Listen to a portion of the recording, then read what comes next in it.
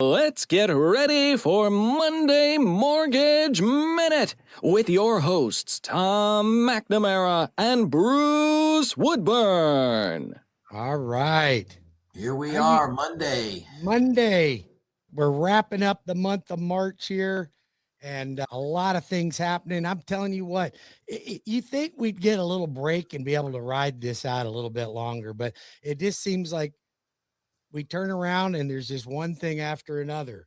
Bruce, you've been on this planet long enough to know that it's never settled out. There's always something. I know but we just would like to get a little bit of a break. Wouldn't you like to have a little bit of a break? I would enjoy a little bit of a break. We got this war going on. We got gas prices going up. Now we have the central banks in Europe putting pressure on our Fed to raise the Fed rate. Now, we've heard all this talk, all these people sitting on the sidelines that go, hey, Tom, I think I'm going to wait because I heard when the new Fed chair comes in, he's going to drop interest rates 0.5 point. So I'm going to hold off. What are you hearing now, Tom? I'm hearing, holy cow, how do I lock faster? Isn't that the truth? Yeah, and it's causing more people to shop their loans. They're shopping as they should. As they should. So, absolutely. Yeah, talking about the Fed rate, I'm looking right now on Fed Watch, and the probability of them raising the rate at the end of April, so there's a meeting at the end of April, is 8%. That's not super high. No. But there's 0% that they're going to lower it. And, and then in June, there's a 13% chance that it will have gone up. Exactly. So it's starting to just a month ago, we were talking about, was it possible they were going to lower it? Now there's possibility that we're going to raise it. Yeah, and of course as we know, that doesn't directly correlate to mortgage rates, right? No, it does not correlate to mortgage rates. So let's just take a quick look at that, see if we can pull that up.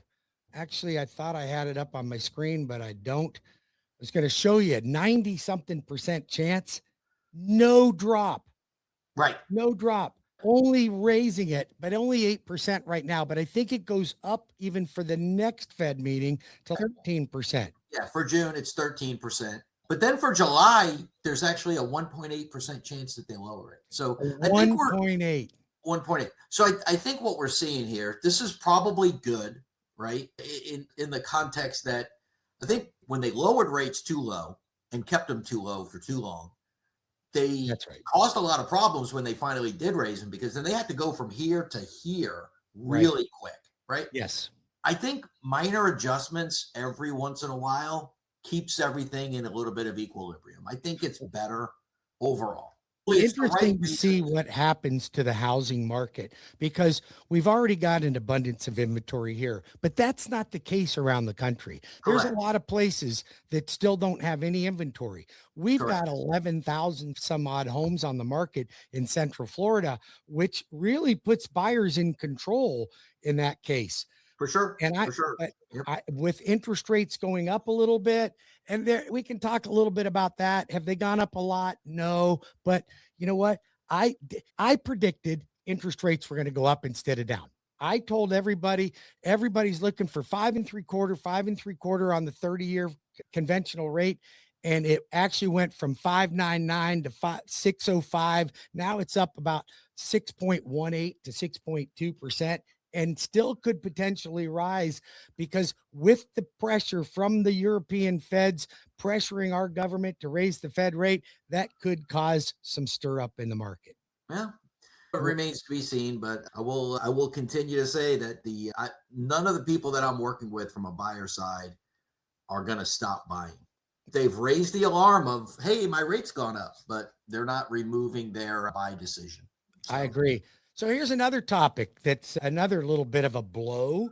If you own a condo or you're seeking to purchase a condo, it's already been difficult. Condos have lost more value than any other type of housing, more than any. And it's all because of the restrictions that were put on based on that Surfside condo in Miami, where I think we lost 94 people. Killed in that. So they tightened up the restrictions for the association. They increased the reserve requirement. They required structural engineering reports. They just made it a lot tougher to get into a condo. And these condos couldn't keep up with it. They didn't have the reserves, or they didn't have the manpower. They were even requiring the people on the board to be certified.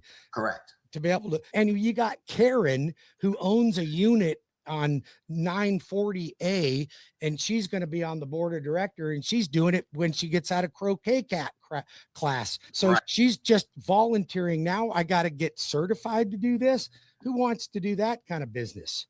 Well, and not only do they need to be certified, that's one thing. There's also potential personal liability, which I understand and agree with, that some of these people got out of hand. Some of these people really kick the can down the road a little bit too much, and it is their fault, right? But at the same time, if you're a good manager, are you really going to want to step up into a volunteer position to not only not get paid for it, but also put yourself at personal liability?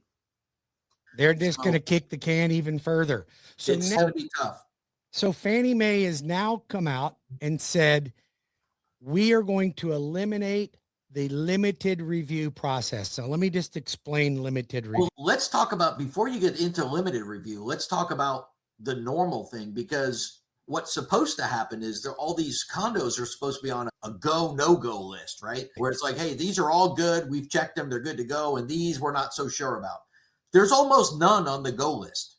Not very many. There's almost none.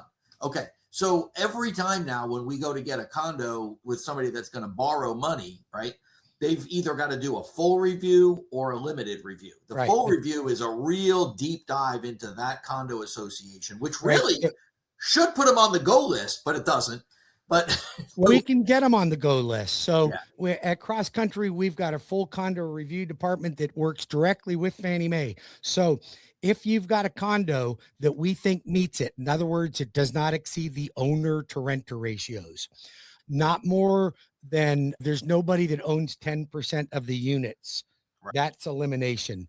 There's a lot of guidelines that go into approving it. You've got enough reserves. You've got enough insurance in reserves. You've got all the things that meet the guidelines. So what we do is we reach out, or the realtors reach out to the association or to the management company. They supply a complete condo review list. There's 90 questions on this thing. And they have to submit their master insurance policy, their budget, their minutes, all kinds of things to get approved. Now, if it meets the guidelines, we approve it. You can get a regular Fannie Mae loan. Your first time home buyer, you can put 3% down, second home, 10% down, investor, 20% down. Got it. Now, if it does not meet that and the lender knows it going in, then the buyer had an option of increasing their down payment, say from owner occupied from 5% to 20%, investor 30%. Now you do that, and there's only a few questions asked. We get 10 questions instead of 90 questions. That's what we're going to eliminate some juice out of that thing. And then if it passes, then we're good to go. But you have to remember that buyer has a lot more skin in the game. A lot more skin in the game. But Fannie Mae wants to eliminate the limited review process. Now, I think maybe there's merit in that. Maybe there's not. I got to really think through it and dig into it a little bit deeper. But the Mortgage Bankers Association says, pump the brakes, man. The housing market's already in a slump, and you're making it even harder for people to get into homes, particular people that may not have enough money to buy a house and they want to buy a condo for less money. Sure. And it makes it even harder. So it's hitting them. So they're giving Fannie Mae pushback. But on August the 3rd, this goes into effect. So all changes are made unless the Mortgage Bankers Association can put a pause on it. Got it. Yeah, that's I think that's unfortunately another nail in the condo coffin. I agree with that. I did see some reasonably good news that they've given a little bit of grace to the requirements for structural reserves. Yes. Not that they don't have to have it, but that they're allowing a line of credit to be able to count towards that. So rather than forcing these associations to charge people $20,000, $30,000, $50,000 assessments to build the bank account, they're saying, hey, you can charge smaller assessments over a longer period of time as long as you have a credit line behind it that covers all of your reserve requirements. I think that's a good thing. I think maybe with this, there was another knee-jerk reaction with this Surfside collapse. Rightly, they needed to fix the problem, but I think they might have went a little too far this way, and now they're coming back to. I agree wholeheartedly. And how many people can come up with a $20,000-$30,000 assessment to make it happen?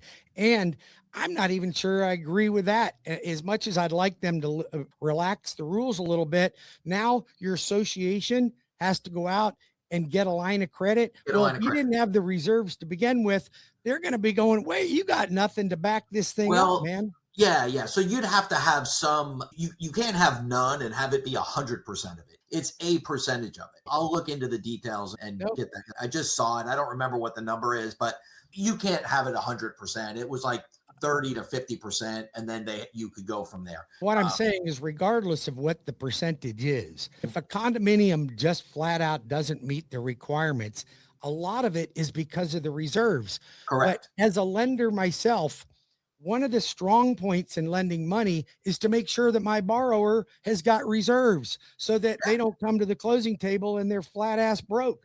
So we've got to make sure that they've got a little cushion behind them in case something happens, right? I don't know. It's a world gone mad. I can tell you this much. Gas prices are up. Mortgage rates are up. Condos are harder to get in. And you know what? We're still selling houses every day because people need to get into houses. Now, this may give buyers an opportunity. Maybe that poor condo market may turn into something where investors come in with cash and just start buying them out. And that's what we had before, right? It did, but that's what's creating the problem, because then you have too many owners own too many units in the complex, and then it never gets Fannie Mae approved. That's right. But there is light at the end of the tunnel. We have inventory. Buyers are back in control. This is going to be good for buyers. So listen, it sounds like a bunch of bad news, but this is the opportunity, and people have to seek out the opportunity. We say it all the time. Warren Buffett's phrase, be fearful when others are greedy, but be greedy when others are fearful. If the market's fearful, that's an opportunity to get in the market. There may be some buying opportunities. Absolutely. 100%. Yep. Yeah.